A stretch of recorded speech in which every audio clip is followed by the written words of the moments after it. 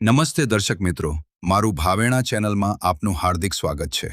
સિહોર તાલુકાના જાબાળા ગામે 15મી ઓગસ્ટની ધામધૂમથી ઉજવણી કરવામાં આવી હતી।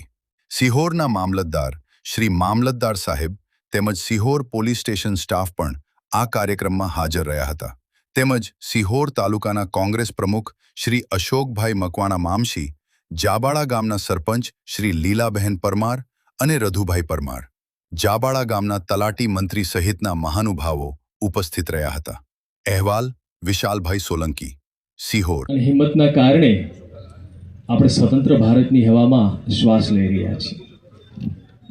બાળા પ્રાથમિક શાળા દ્વારા આયોજિત તાલુકા કક્ષાના આ પ્રોગ્રામમાં મંચ ઉપર ઉપસ્થિત આદરણીય મહાનુભાવો શ્રી, લોકપ્રતિનિધિશ્રીઓ, સરપંચશ્રી, મીડિયાના મિત્રો, શાળાના આચાર્યશ્રી તથા શિક્ષકગણ, મારા સાથી અધિકારીશ્રી, કર્મચારીશ્રી, મિત્રો, ગ્રામજનો અને વહીવટીતંત્ર સિહોર તરફથી હાર્દિક શુભેચ્છાઓ પાઠવું છું।